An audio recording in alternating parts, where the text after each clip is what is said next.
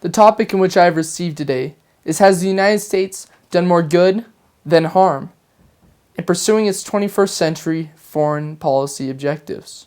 Today, through 3 points, I will discuss why it has not done more good than harm in the 21st century.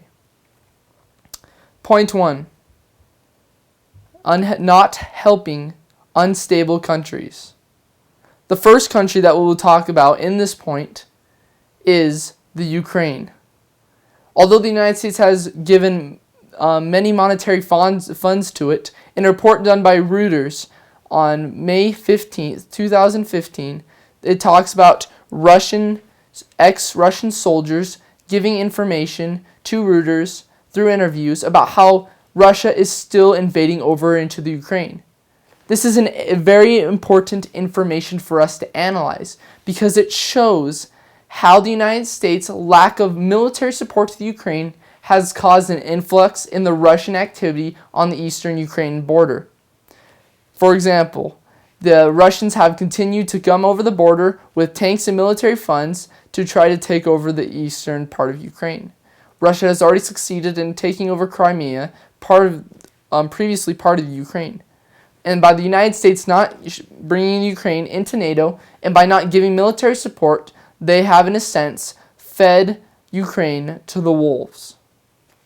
Now, not only does this affect Ukraine, but it affects the rest of the world because the United States, by not hindering Russia, gives the image that it is okay to invade and that the United States will not do anything when a country invades another.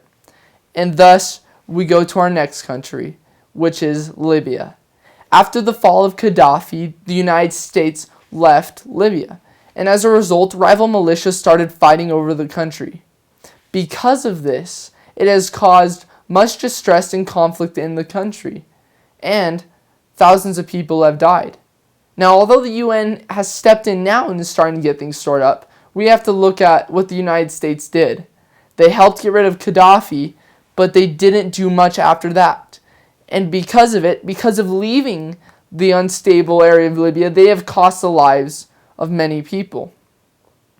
Now, the last example, which is probably the most important in my mind, as it is fairly recent, Yemen. In an article done by CNN on March 10th, 2015, they describe how Yemen collapsed after the United States left.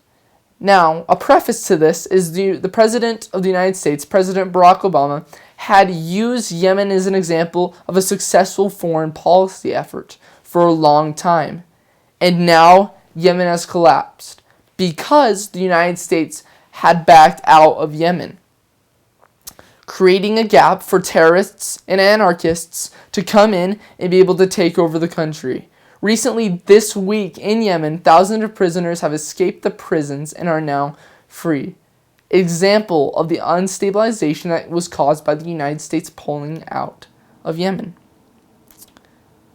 Now, the United States, to sum up the point, by backing out and not helping, have caused distress and collapse in many countries. Now, the second point. The United States has ignored human rights abuses. The self-ordained police of the world, the United States has a moral obligation to go in and stop human rights abuses. But this is not always the case. For example, the terrorist organization Boko Haram in Africa has been running rampant, and the United States has provided little aid to stop it. As a result, in the month of January, in a report done by the New Yorker, over 2,000 people died within the span of 2 weeks in over 16 different villages to Boko Haram. And this is not all Boko Haram done. We all remember the infamous act of the schoolgirls being kidnapped by Boko Haram. In all, over 13,000 people have died in Nigeria alone to Boko Haram as a result of the United States not going in and helping and getting rid of human rights violators. Now, Syria. The Syrian civil war has cost the lives of thousands and has displaced hundreds of thousands. But the United States hasn't settled peace talks yet because we do not want the dictator of that country to regain power or to continue to have power. And so as a result, the United States turns its back on the deaths that are happening and has let all of these violence and the chemical warfare that the UN has investigated continue. Although now they are firmly engaged in the Syrian civil war, in the past couple of years of the war, the United States has turned its back. Now, the last example of the human rights abuses is the infamous ISIS. ISIS in North Iraq uses northern Iraqi women as sex slaves and forces them into marriage. This is absolutely horrible and against everything that human rights is. Not only is ISIS cutting off people's heads, but now they are forcing people to convert to their country, forcing girls into marriage, and having sex slaves of some of these girls, which is completely catastrophic.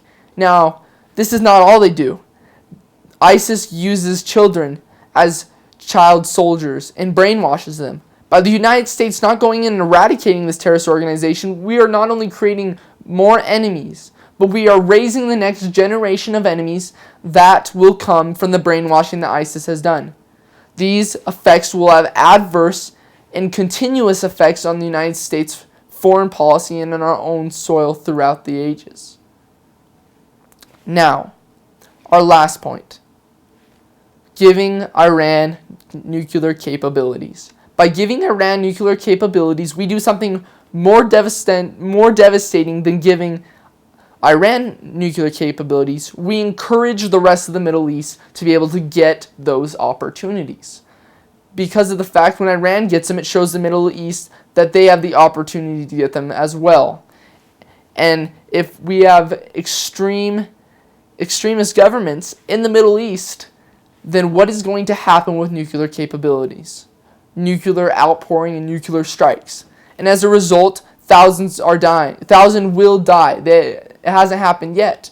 But with giving Iran these nuclear capabilities, it encourages the rest of the world to do this. And so, because of this, we are signing our own metaphorical death warrant with problems by giving them nuclear weapons. In conclusion, by not helping unstable countries, we have hurt 21st century foreign policy. By ignoring human rights abuses, we have hurt 21st century foreign policy. And by giving Iran nuclear capabilities, we have hurt 21st century foreign rights or foreign policy. Thank you.